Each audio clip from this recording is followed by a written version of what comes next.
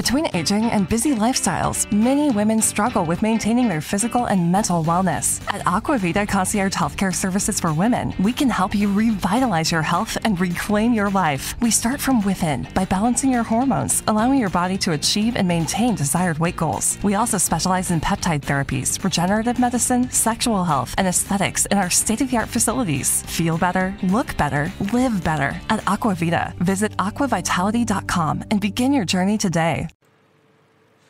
All right, well, since we couldn't necessarily get to an episode last night, we're going to have to go ahead and try to do a 2-in-1 Monster Rally special. But I don't think that's a bad idea, especially with all the terror tales right now and a special secret show tonight. So let's go ahead and give the people what they came here for. Welcome to the J-Man Show here on J360 Radio!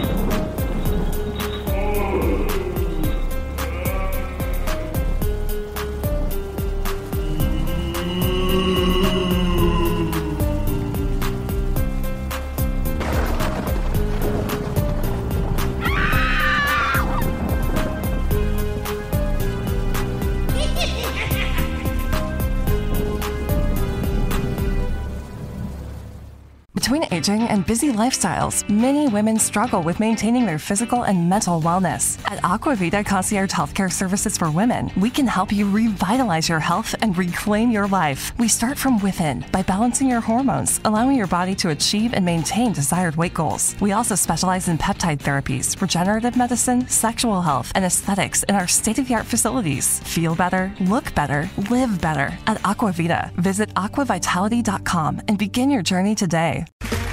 Okay, round two. Name something that's not boring. A laundry? Ooh, a book club. Computer solitaire, huh?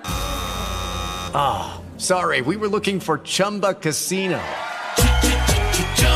That's right, ChumbaCasino.com has over 100 casino-style games. Join today and play for free for your chance to redeem some serious prizes. ChumbaCasino.com. No purchase necessary. Void where prohibited by law. 18+ terms and conditions apply. See website for details. Monster Fest. Hey, what's going on, J360 Legion? How are you all doing tonight? Welcome to the J-Man Show for episode 275. I am your host, J-Man, of course, and indeed, it is still the 2022 Monster Fest. And you know what? It's been a roaring ride, y'all, because, hey, I found some of the Hammer horror movies that I've been wanting to look at for quite some time, especially Revenge of Frankenstein, featuring the best Frankenstein of all time, Peter Cushing. And, you know, some of you guys will probably have your favorites, but, you know, the thing about it is, it's my vet, so my favorite was Peter Cushing. So you just gonna have to deal with that, okay? But all in all, like, hey, much in the same way that he is the best Frankenstein for some people, the good doctor, mind you, not the monster, the same can be said for Christopher Lee being the best Count Dracula. You can't deny it. Like, them Hammer horror movies were just ahead of their game. And they're aging well, too. Like, I was looking at one with the fabulous Ingrid Pitt in it called The Vampire Lovers. And you see, I've rated these films before. Not the Frankenstein one, but definitely Count Dracula and definitely The Vampire Lovers. Vampire Lovers is really, really good. You know, it's just that right feel, and then all the women are sexy, and it's just like, I can't get enough. Take me back into your coven. Please, please. But enough about my libido, plus the missus wouldn't like it. But I don't know why she'd complain. She's a vampire herself, and I love every bit of her. But, you know, that's just the way that be going sometimes. It's time for me to go ahead and give you guys another helping of some nightmare tales. And needless to say, a lot of you actually enjoyed the last episode we did talking about the many cryptid monsters out here. But once again, it's like, the way our world is and how things have changed over time, you never know what monster could be lurking out there, roaming around, and what exactly could inspire us to create great movies and all sorts of other things. Look, I saw Smile not too long ago, right? Okay, decent film, not bad. But I prefer a little bit more. And you see, the thing about it is, hopefully they'll get a sequel to that one. I know a lot of y'all went to go see Halloween Ends.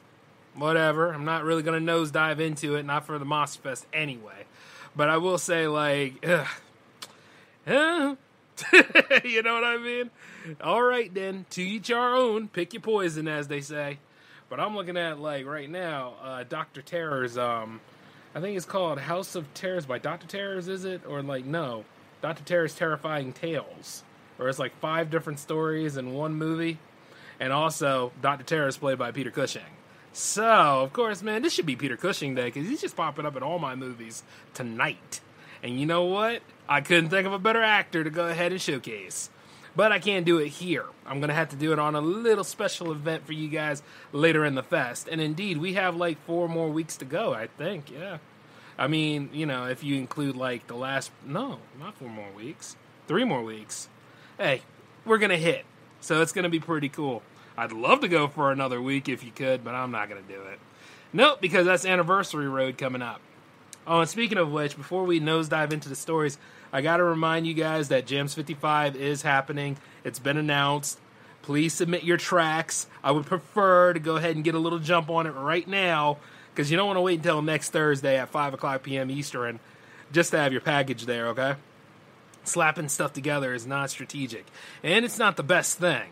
So if anything, you want to go ahead and make your impact, show that you care, submit those tracks, and I don't hear no excuses that, hey, it's just not a Halloween vibe. Hey, in the middle of the show, it could be whatever the hell I want to be. I'm running it. So it's like this. Showcase your best. I'll judge what's on the show and what's not. All right? That's the best way to work it all out. And speaking of which, though, some of you have been paying attention, and some of you have not, but also next week will be Jams TV 4. Yep, next Friday will be, let's see, not next Friday, but the Friday after next will be Jams TV 4. Yep. And at that point, just submit your video. We'll make it the best way we can make it. We're just going to give the people one hell of a show and enjoy each other's company, which is what we do anyway. So, without any further ado, let me go ahead and get started on your stories for tonight. Okay? Now, some of these have been really, really creepy, ladies and gentlemen, and I'm going to tell you this. Spare no expense on, any of the fright and the chills that you get from some of these. These are excerpts from different books. So I will have the list of the books right there in the description so you can take a read of them sometime and so that you can get your feel of them.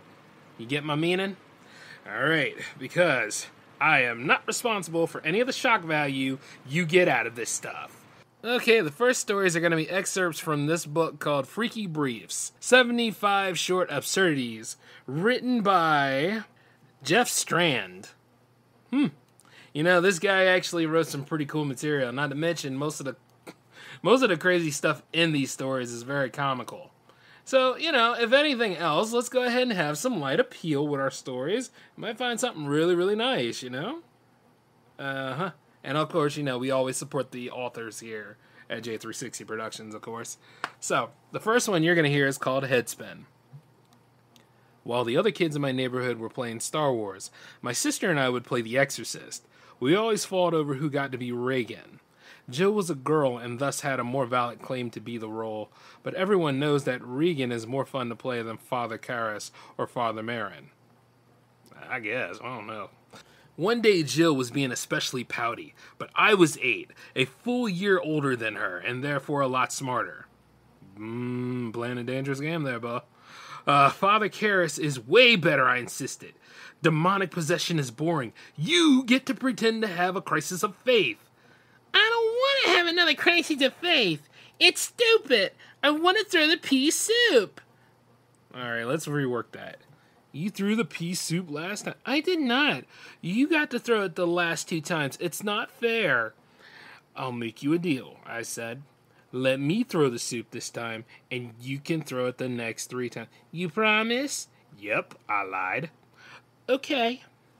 A few minutes later, I laid on the bed in a nightgown. Though we strove for accuracy to the source material, only one of my hands was tied to the bedpost because I needed the other hand free to hurl a bowl of pea soup in my sister's face. The first time we played Exorcist, we turned the thermostat as low as it could go, but we weren't able to get the room cold enough to see our breath. Mom and Dad were furious. "We should make you pay the AC bill out of your allowance," they shouted. After that, we just settled for pretending that the devil had lowered the temperature of the room. I'd beat that ass too. I mean, come on, man. We replaced certain forbidden words with fart. As I lay thrashing on my parents' bed, Jill informed me that the power of Christ compelled me. I snarled and growled. I opened my mouth wide. Jill squeezed her eyes tightly closed, and then I flung the pea soup, bowl and all. Obviously, I wasn't supposed to hurl the bowl at her. I'd gotten too deep into character. I've managed to shout out a warning, but I can only manage a phlegmic croak before the soup splattered against her face, followed by the glass bowl bonking her in the nose. She cried out in pain and fell to the floor. I was going to get in so much trouble. "Get up," I said, sitting up. You're okay. I'm sorry, I didn't mean it." "I'm bleeding," she wailed. You're okay. Well, just put some ice on it. Hurry up and untie me. We need to clean up the soup before Mom and Dad get home." "You broke my nose." "No, I didn't," I insisted. "I wouldn't be able to understand what you were saying if I broke your nose. You're okay. Untie me." Jill stood up and her hand pressed tightly to her face. There was more blood trickling between her fingers than I would expect from a non-broken nose, but I was sure that she was totally fine.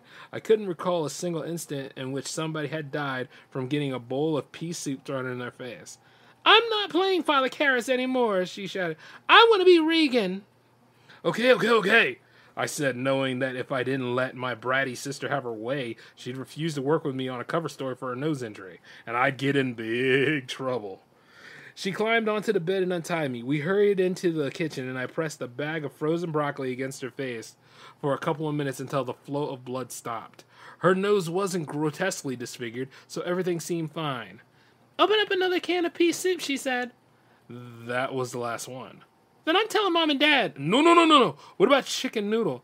"The devil doesn't barf chicken noodle soup." "I think we have some green food coloring." I climbed up onto the counter and opened the cupboard, but we only had red, blue, and yellow food coloring. If I only remembered that yellow and blue make green, this tale would have a less tragic conclusion. "I'm calling Mom at work," said Jill, walking towards the phone. "Don't! You can still be Regan without the pea soup." "No, you can't. That's the most fun part." "No, the pea soup is boring," I said, trying not to panic. "Anyone can have pea soup. The coolest part of the movie is when she spins her head in a circle. Remember that? Wasn't that neat? That was way better than throwing a bowl of stupid soup, right?" "I guess." I put my hands around her neck. It went poorly. Wow. This is obviously a family without a Nintendo, right? There's other ways of going about it, celebrating All Hallows Eve without having to go knee deep into that. I mean, I admire the dedication and all, but at the same time, only an owl can do that trick. And needless to say, I think he's in a deeper pot of shit than he was without going for the whole other thing. You understand what I'm saying? Where she going, she ain't coming back, And not to mention little bastard number one, now he's got a little bit of, he gonna be going away for a while, right? What do they do to child murderers now? Think about it. Jesus Christ, man. What a bad way to go. And The Exorcist, while a decent movie, and a little tame compared to most things nowadays, I don't know. I never had a thought of emulating it. But if my girl was ever possessed by the devil, would I go through it all to bring her back? Hell yeah, I would. But the funny part about that would be, though, I can't think of one. Anyway, because that'd be a lot of soup wasted now I think about it. And then I'd have to go ahead and read, Exorcism for Dummies and all that. It'd be wild as hell. Yeah. That'd be fun. Speaking of which, though, crazy story. I thought it was pretty good. Maybe that's a good way to start things up with a laugh. Yeah. Alright, next we have is called Thrill Ride.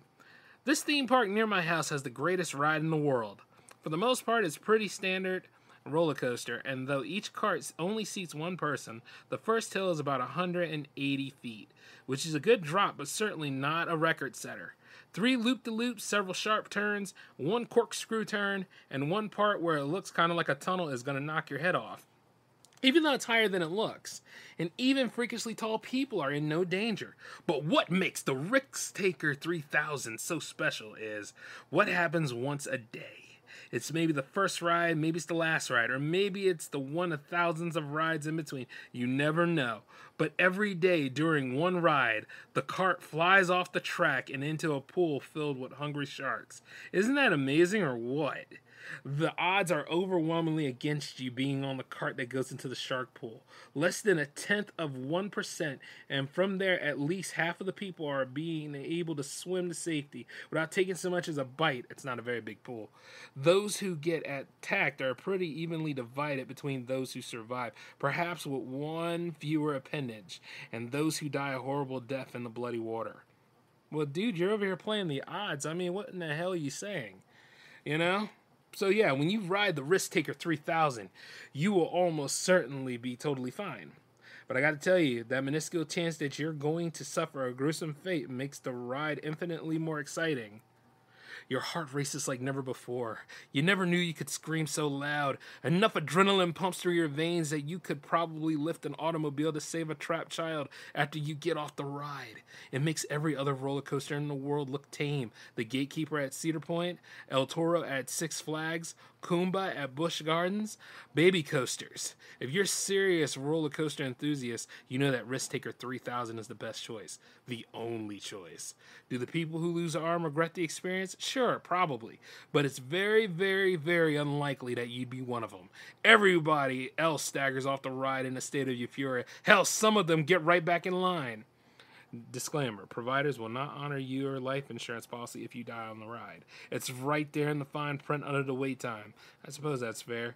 Even though you will almost definitely survive the experience, you shouldn't ride if your family can't afford to bury you. Enjoy the thrill, but be responsible. Seriously? They put in a commercial?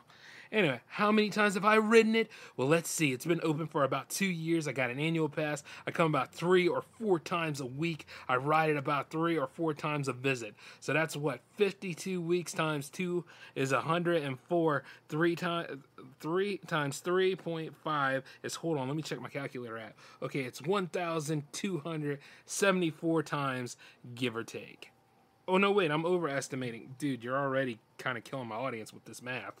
Though they keep running the ride on days where the coaster jumps the track early. I don't bother to ride after that. Don't get me wrong, it's still a fun ride. But there's a reason the wait time drops from 3 hours to about 10 minutes. It's just not the same. If we count early shark death days, I'd estimate that I've been on it about 1,000 times. Does it get boring after 1,000 rides? Not at all. I mean, yeah, it loses a bit of its power to terrify, but once you start getting up into the triple digits, you get a little jaded. You stop thinking, what if my cart goes into the pool of sharks? And start thinking, I'm sure my cart won't go into the pool of sharks. And sometimes I'm only speaking for those who've ridden it like 1,000 times. You need to spice it up. When I rocket down that first hill, there's only a 1 in 6 chance I'd actually blow my brains out. 5 in 6 chance that it'll actually be a click that I probably won't even be able to hear over the roller coasters. Those are good odds. You'd probably bet a lot of money on those odds, but that moment of excitement will be unparalleled. Seriously though, what the hell kind of story was that? Okay, so if anything, it's just an adrenaline junkie having a high. And all being concerned about, yeah, this is a safe ride, even though it's an unsafe territory. Even though at the same time I'm saying all these things, but chances are, I'm really ready to maim myself. The beautiful thing about roller coasters is that excitement. Wild things happen on roller coasters. Like, even Fabio managed to have a little run-in with an albatross while he was on one. Broke his damn face in. But then again, you can't blame the ride for that. He's just got a big friggin' face. Now, if you think about it, though, looking into that right there, and once again, that story was kind of meh.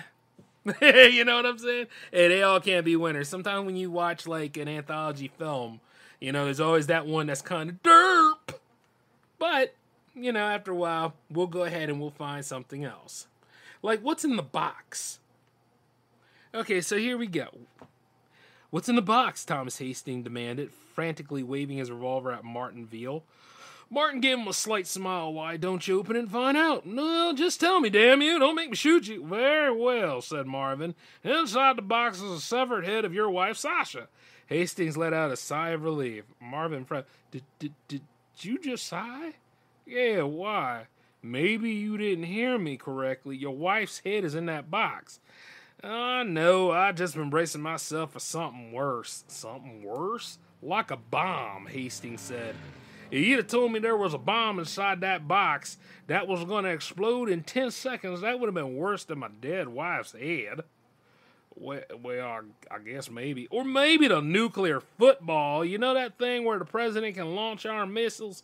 If you'd have somehow gotten your hands on that and you had the codes and you were going to make me watch while I fire missiles at Kansas City or something like that, it would be objectively worse than having Sasha's head in there.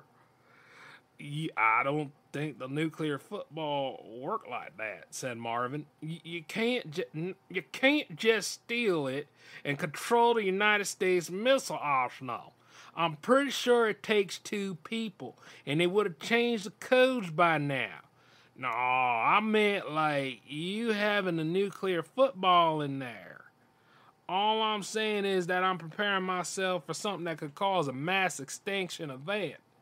So when you say it was Sasha's head, I thought, okay, that's not as bad as I expected. Don't get me wrong, it's still not marriage. You don't want to find out your wife of 17 years has been decapitated by a serial killer and had no emotional reaction. I'm just saying that there are alternatives that could have been worse. Were you two having problems in your marriage? No. At some point that I'll drop to my knees and start wailing and stuff. You acting like I'm a sociopath. I don't think anything wrong with being relieved that it's one dead person instead of the human race as a whole. I mean, what kind of monster would I be if I thought, oh, look, he's going to go in there and wipe out all of humanity, but at least it wasn't Sasha's head in there. I guess you're right. Are you pouting? No. Are you sure? You look like you're pouting. Your wife's head isn't in the box, Marvin admitted. I couldn't catch her. She had a taser, but I figured I'd at least get you to scream no before you open the box for yourself. Yeah. So, what's actually in there? A cake. What kind of cake? Chocolate. I love chocolate cake, said Hastings. I know, but what is actually inside is a carrot cake, and you hate carrot cake. Well, it's not one of my favorites, but I don't hate it. Liar! Shouted Marvin. I did my research. You think carrot cake is totally nasty. Hastings shot him in the chest, and Marvin fell to the ground. Did you just sigh with relief? Hastings asked. No! Why the hell would I sigh with relief? You shot me. Well, I thought you might have thought I was going to shoot you in the face or the stomach or the kneecap.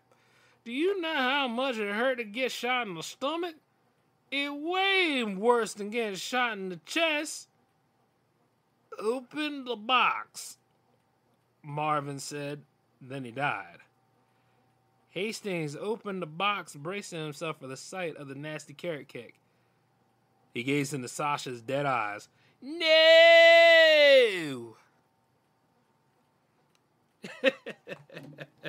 You know, like I said, that's not one of those rolling over Mickey kind of laugh kind of way, but it's also not one of those awkward moving on kind of laughs either.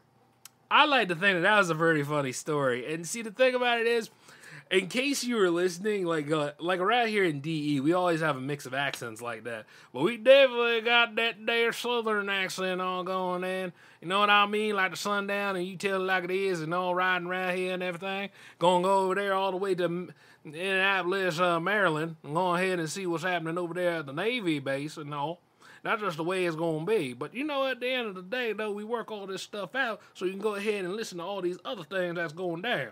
That's a good story, and I figured I could go ahead and stretch out my voice acting muscles. Something about working with that stuff. I try to go a little deeper for Hastings, while at the same time I try to go quick and fast for Malvin. See what I'm saying? And it was actually pretty fun to do. And not only that, though, I thought this story was a lot better than that damn roller coaster story. But hey, got more to come up on this list right now. And not only that, guys, remember, they were comedies. It's okay to lighten up the show a little bit, even though we're going to be bringing more of that dark appeal. Because these next ones here, they are called Under Your Bed, 13 Terrifying Tales, made by Blair Daniels. So, we're going to listen to 3 stories from this. I will be reciting them for you for your listening pleasures. Go get you some snacks. Alright, so I'm hoping you all managed to get your snacks in time. You probably did at the opening of this show. So let's go ahead and jump on in. Now, this is called The Virtual Interview. Let's dive in, shall we? I'm an alumni interviewer for my alma mater. This year, we've been conducting most of our interviews online. It's been a lot of fun until I got Casey. On paper, Casey looked like a great fit for our college. Great ACT scores, I remember those. Lots of extracurriculars, and some prestigious art awards. As soon as she joined the video call, I knew it wasn't going to go well. She was using one of those awful beauty filters, you don't like Snapcam, during an interview. And not a basic one with lipstick and eyeshadow. One of those creepy, subtle ones that make your eyes slightly bigger and your skin unnaturally smooth. I tried to ignore it, try to pretend like she didn't look like some mannequin woman come to life. So, Casey, why do you think you would be a good fit for Cardinal University? I asked, of course, in a smile. I love the art program, she said.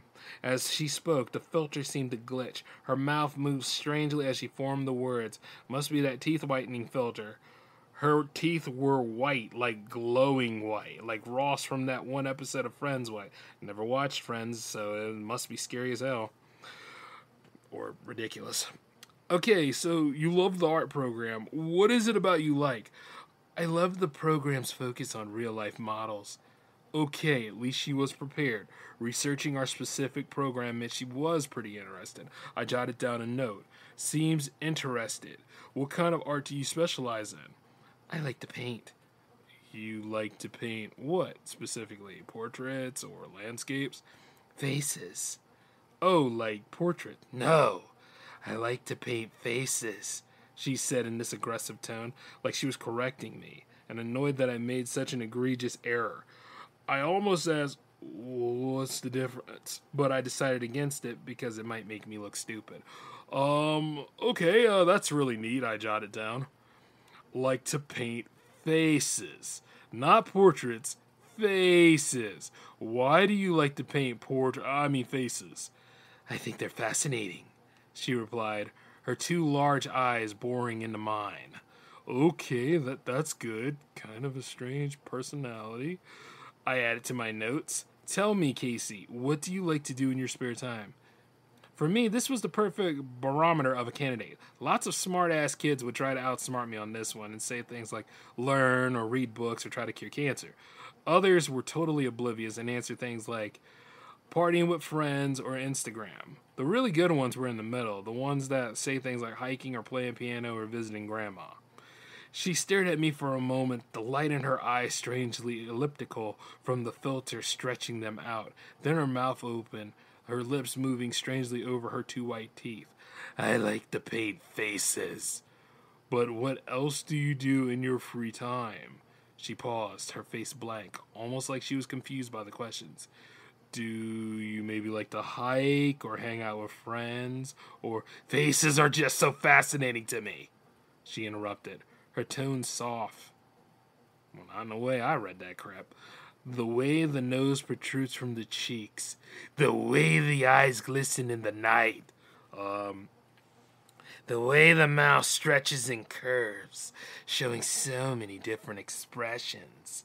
She continued, her tone growing faster, frenzied almost. The emptiness of the forehead, the intensity of the eyelashes, the curve of the chin, I held up a hand. Yes, I understand. You like to paint faces, but can you... I trailed off. This girl was really weird. Half of me wanted to click the end call button right now with no explanation, but I had a duty, right? I don't know, pal. Depends on how much you're paid. A duty to fairly interview this girl and write up a letter about her to the admissions committee. Here, how about this? If you had the next 24 hours off and unlimited money, what would you do? She smiled, lips stretching to show off those bright, eerie white teeth. I made a face, she said, smiling wider by the second. Yours! Chills creeped down my butt. What? I'd paint your face, she continued. I've been looking for a new one. And yes, the brightness of your blue eyes, the curl in your hair, the soft lines around your eyes that show wisdom. It's perfect, perfect, perfect! As I clicked end call. Then I sat there, half terrified, half perplexed, staring at my desktop, my fingers on the touchpad, ice cold. I filed a police report and did everything in my power to find Casey, but I got no answers. It was like she didn't even exist outside her college application or little interview. Even the main admissions office couldn't track her down. They told me all of her application materials have been anonymously filed. The metadata on her documents completely wiped. I slowly convinced myself the whole thing was a dumb prank. She probably put the whole interview on TikTok or something. Kids these days. It was 3 weeks after our interview that I found it. While on video call with a friend, I noticed a filter I had never seen before, with a name that was a string of random characters, a thumbnail that was a blank screen, and I can't help but wonder if it's watching me, studying me, learning to paint my face. Okay, not bad. Not bad. Wild, man. Wild. I like that one. That's all right, because you never know who's really trying to take your face off, so you might want to be aware of how them selfies you be taking. And then that goes for my black ass, too. But right then and there, that's like, that's on point, because, you never know who you're talking to on them virtual interviews. I mean, for real. So it's like one of them kind of things, Let's see what else is in the asylum tonight. All right, this next one here is interesting. Maybe this will be one for you ladies. The painting my husband keeps. When my husband and I got married and moved in together, we had a few fights. On personal space, on chores, and on decor. Namely, my husband insisted on keeping this weird painting of a woman. Who is she, I asked when I first saw it, lean against the mountain of moving boxes. Dunno, I got it at Rummishell. It was an original painting, oil, I think, judging by the way the light reflected off the brushstrokes. It depicted a young woman standing in a dark room, looking over her shoulder at the viewer. She was actually rather beautiful, blonde hair falling over her shoulders like a waterfall, a white cotton dress, a dainty heart-shaped face that was somehow haunting rather than cute. She was illuminated brightly, but the room behind her was dark. The contrast in her pose reminded me a little bit of a girl with a pearl earring, but it didn't feel classy or pensive or beautiful. Instead, it felt creepy, especially because my husband insisted on hanging it above our bed. Oh, that's weird. I mean, it's a beautiful painting, I said, but it just doesn't fit with the modern decor. Neither do your Funko Pops. Wow, that's such a retort. Okay, but they're small. This painting is enormous, for Pete's sake. The woman is nearly life-size. I want to keep her where she is. It seemed like a big deal to him, so I dropped it. But it wasn't easy. Sometimes I woke up in the middle of the night with the horrible feeling I was being watched. And then I look up and see her haunting gray eyes staring down at me. That is pretty bad. I didn't get much sleep after that. And then there was the one time, I swear she moved. Was her hand always like that, I asked Eric after getting into bed one night? Her left hand. The fingers are kind of open, reaching out behind her, like she's waiting for someone to grab her hand. Yeah, she was always like that. I could have sworn she wasn't always like that. Then again, I generally avoided looking at the painting. It was so uncomfortably realistic. When I stared into those gray eyes, it was almost like I was making eye contact with a person.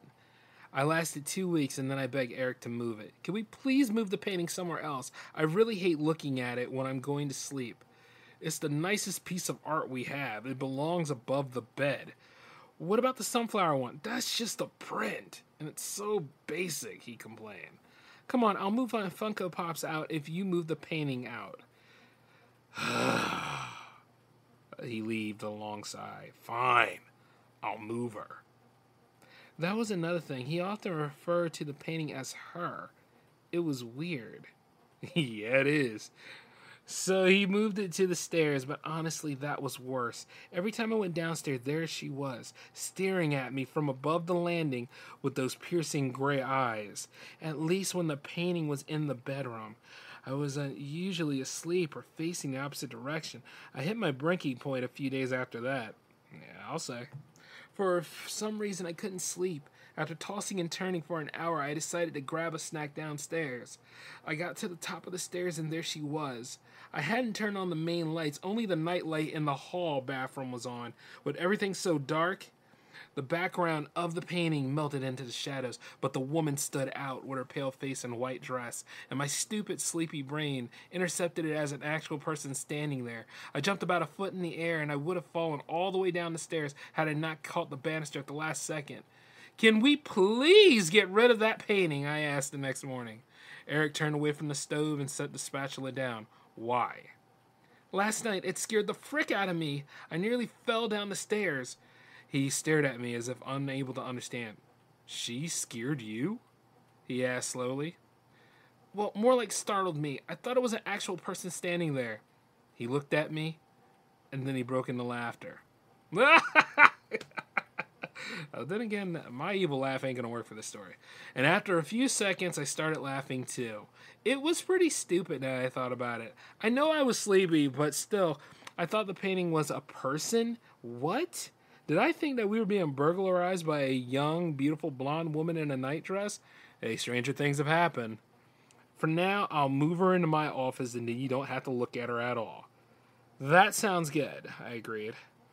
And for a while after that, things were okay. I've sort of noticed Eric spending more time in his office than usual, but he also had a big deadline for a brief coming up. And what? How would that be related to the painting anyway? It's not like he was staring at her for hours on end, except that's exactly what I caught him doing. One night, he didn't come downstairs to eat dinner with me.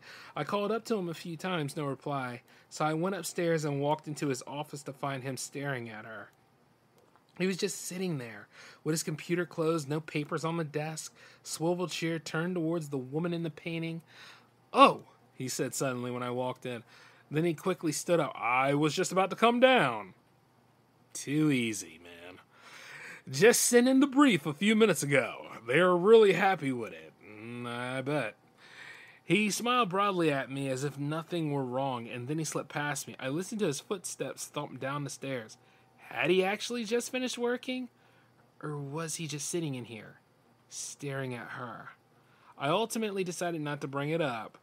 The painting was out of my sight, and that was great. Besides, I had bigger fish to fry, like my own deadline coming up for an article I haven't even started.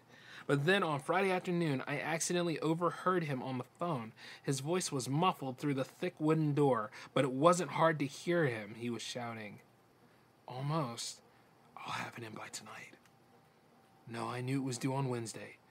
When my wife fell down the stairs, I had to take her to the hospital. Those words sent a chill through me. I barged in. Why are you lying about me falling down the stairs?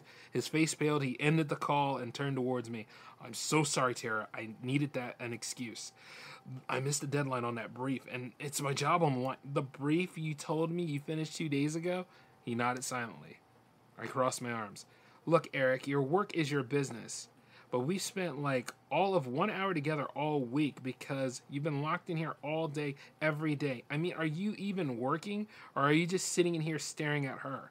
His dark eyes locked onto mine, and then his voice grew soft. You're jealous of her. What? You shouldn't be, Tara, he said, stepping towards me. The painting makes her prettier than she was. I froze, stared at him. Then I finally found the words. Are you saying this is a painting of someone you know? No, he said slowly. Sorry, I misspoke. I meant whoever this is a portrait of. I'm sure it's a flattering likeness. All portraits are flattering like that. I stared at him, my heart pounding in my chest. Who's this a painting of, Eric? I told you it's not. Eric, I stepped towards him.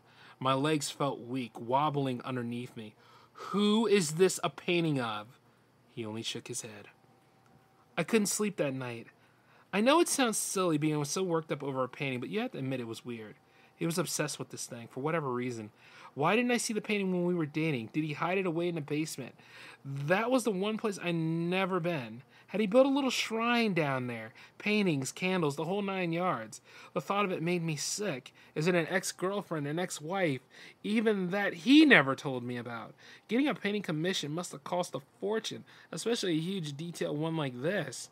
I mean, as much as I hated that thing, it was clearly done by someone incredibly gifted. The glint in those piercing gray eyes, the small dimple on her right cheek, but clearly he wasn't keeping it to appreciate the artistry. He knew her, and whoever she is, he's obsessed with her. Then I got the craziest idea. I sat up in bed slowly, quietly, turned to Eric. He was fast asleep, then I slipped out from underneath the covers, grabbed my phone from the nightstand, and tiptoed out the room. My bare feet patted softly against the hallway as I made my way towards his office. Then I pushed the heavy wooden door open and stepped inside. The office was cold, much colder than our bedroom. Goosebumps pricked up my bare arms, but I didn't waste any time. I reached over, fumbling against the wall, and hit the switch. The light flicked on. The blonde woman stared down at me from the wall. Her eyes seemed to follow me as I took Eric's leather chair and dragged it across the hardwood. Once against the wall, I stepped up onto it, and we were staring at each other face to face. I've never been this close to the painting before, my face inches from her. This close. I could truly appreciate the detail. Each individual eyelash painstakingly drawn, curving up from its follicle, thread-like strands of light and dark gray filling her irises, her skin so pale and creamy, dotted with the tiniest of pores. But I wasn't here to appreciate the artwork. I lifted up my phone and took a picture, and then I brought up a reverse image search. And it took a few minutes for me to find the right website and upload the photo, but when the results loaded, I gasped. Expected maybe one result if I was lucky. Sort of a facial recognition that would match the painted face to a photo. Or maybe the artist's website would come up, and not to mention the subject was. But instead, dozens of thumbnails filled the page of the exact same painting I've been staring at for weeks. Fingers trembled. I clicked on the first one. It led to a news article. Search continues for missing Franklin art student. My heart dropped. Little black dots danced in my vision. I collapsed into the chair behind me, trembling, and began to read. Anya Counseling, 23, went missing after a hike with her boyfriend. The two became separate when they came upon a bear. Her backpack was found roughly a mile from where the sighting occurred, but no trace of Anna was found. And under the caption of the painting says, Kelsing is a third-year student at Franklin College, majoring in fine arts. She recently completed a self-portrait that was exhibited at Les Cours above. I clicked on the next article, and the next, but they all said the same thing. Hike, bear, disappearance. All of them showed a photo along with her self-portrait. She looked strikingly identical to her painted likeness. None of them mentioned the boyfriend's name, but it had to be Eric. The most recent article from 5 years ago was a video clip of her parents begging for her search to continue, and sadly, judging by the news articles, it never did. I don't know how long I sat there. All I know is that I suddenly jolted from my thoughts by a loud thump in the hallway. Footsteps coming towards the office. I shot up. He can't find me here. I glanced around the room looking for some place, any place that I could hide, but it was probably too late. Surely he'd seen the light on from under the door. I ducked under the desk just as he stepped into the room. Tara?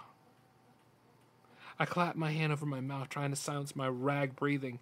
He's going to see the chair out of place. He knows I'm here. He knows. Tara, you in here? Why did I hide? I could have just said I came here because I heard a noise, needed a pen, couldn't sleep. Why the F did I hide? And now he's going to know that I know. Tara? But maybe it's fine. Maybe the bear got Anya. Maybe Eric had nothing to do with it. Isn't that more likely than Eric being a murderer? There you are. I looked up and screamed. Eric was crouched there in front of the desk, staring at me. I was looking for a pen. I stuttered lamely.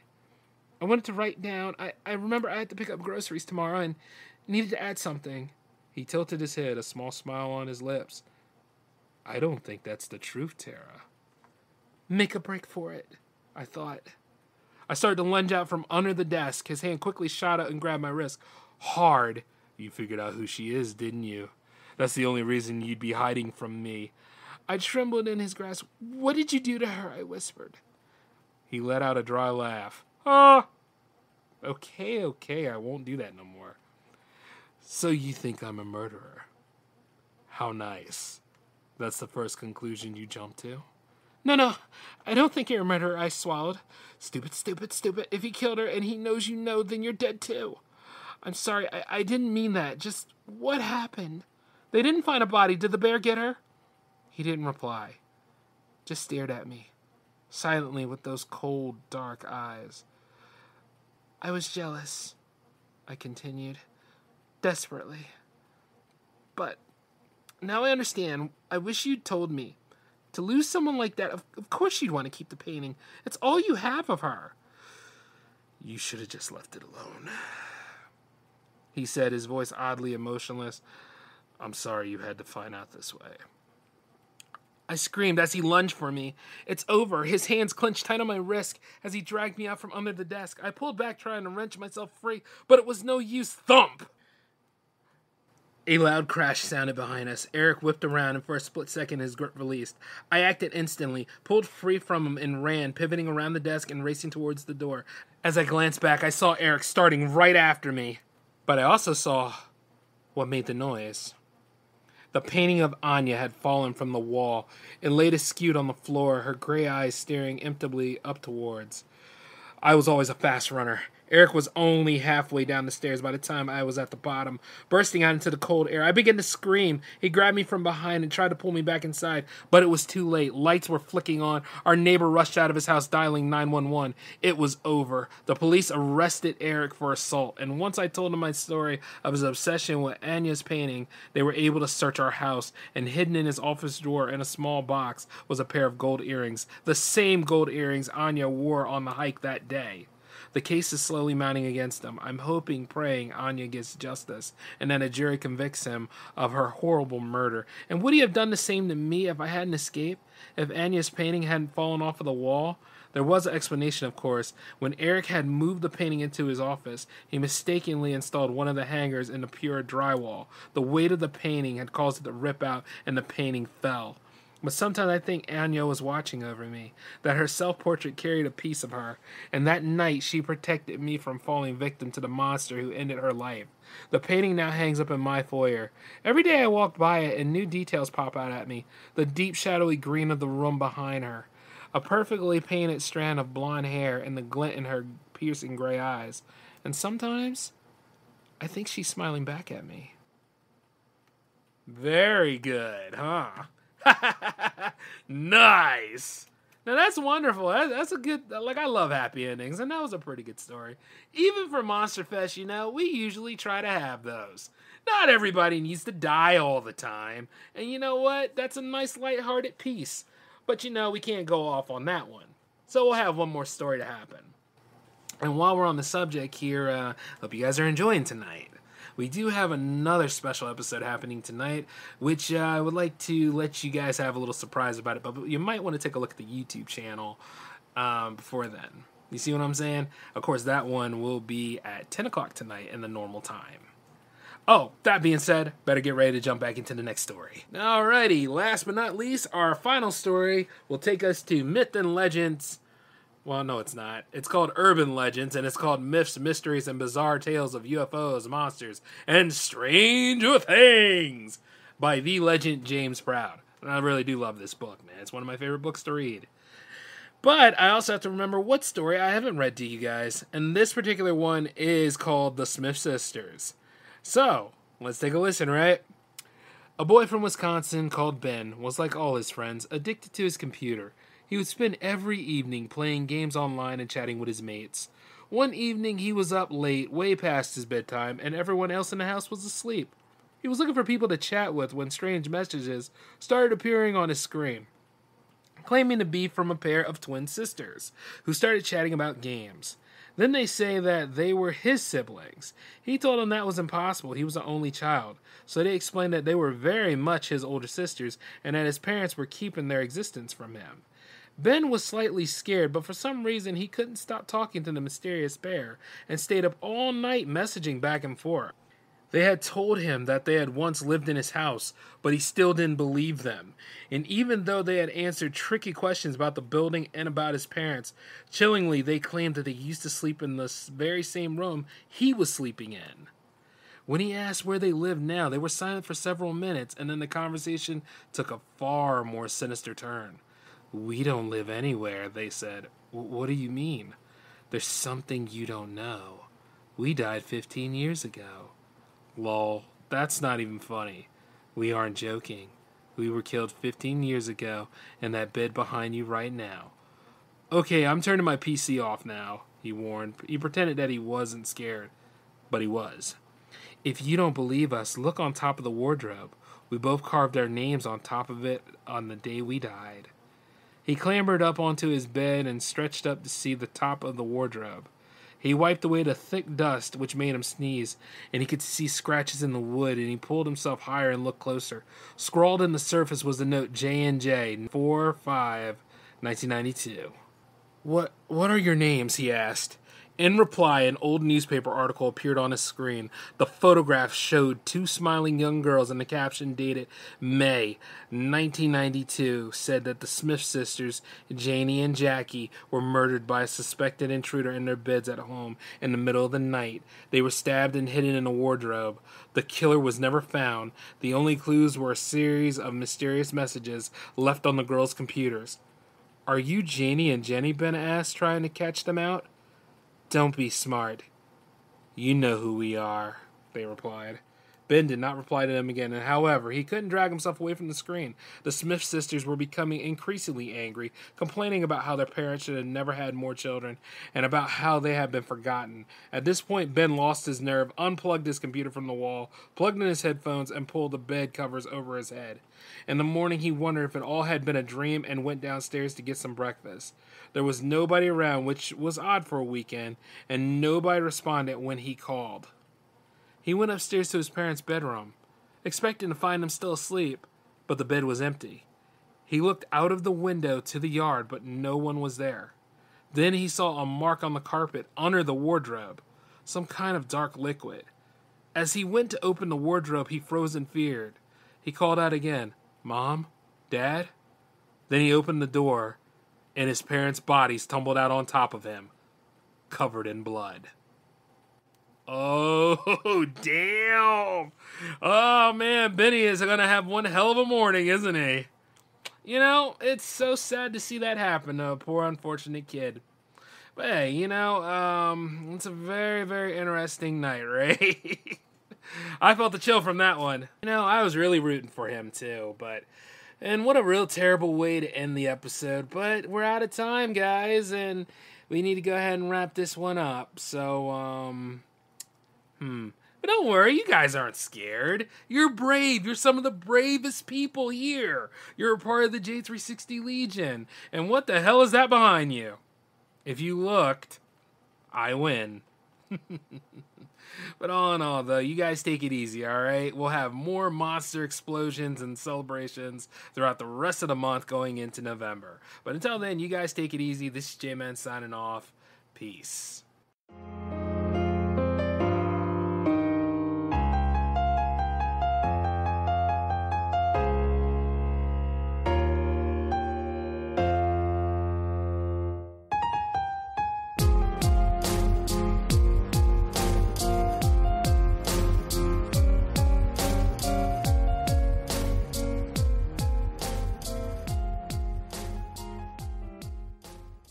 Judy was boring. Hello. Then Judy discovered ChumbaCasino.com. It's my little escape. Now Judy's the life of the party. Oh, baby, mama's bringing home the bacon. Whoa, take it easy, Judy. The Chumba life is for everybody. So go to ChumbaCasino.com and play over 100 casino-style games. Join today and play for free for your chance to redeem some serious prizes. ChumbaCasino.com. No purchase necessary. Void where prohibited by law. 18 plus terms and conditions apply. See website for details. With the Lucky Land Slots, you can get lucky just about anywhere. This is your captain speaking. We've got clear runway and the weather's fine, but we're just going to circle up here a while and get lucky. No, nothing like that. It's just these cash prizes add up quick. So I suggest you sit back, keep your tray table upright, and start getting lucky. Play for free at LuckyLandSlots.com. Are you feeling lucky? No purchase necessary. Void where prohibited by law. 18 plus terms and conditions apply. See website for details. Hey guys, it is Ryan. I'm not sure if you know this about me, but I'm a bit of a fun fanatic when I can. I like to work, but I like fun too. It's a thing. And now the truth is out there. I can tell you about my favorite place to have fun. Chumba Casino. They have hundreds of social casino style games to choose from with new games released each week. You can play for free anytime, anywhere. And each day brings a new chance to collect daily bonuses. So join me in the fun. Sign up now at ChumbaCasino.com. No purchase necessary. VGW Group. Void where prohibited by law. See terms and conditions. 18 plus. Hello, Saver. Whether you're saving for that trip to the tropics or saving for an emergency, now is the time to take advantage of Wells Fargo's savings options. Wells Fargo offers savings accounts that can help you save towards your goals. So, what are you saving for? Visit a Wells Fargo branch or wellsfargo.com/save to open a savings account today. Wells Fargo Bank, N.A., member FDIC.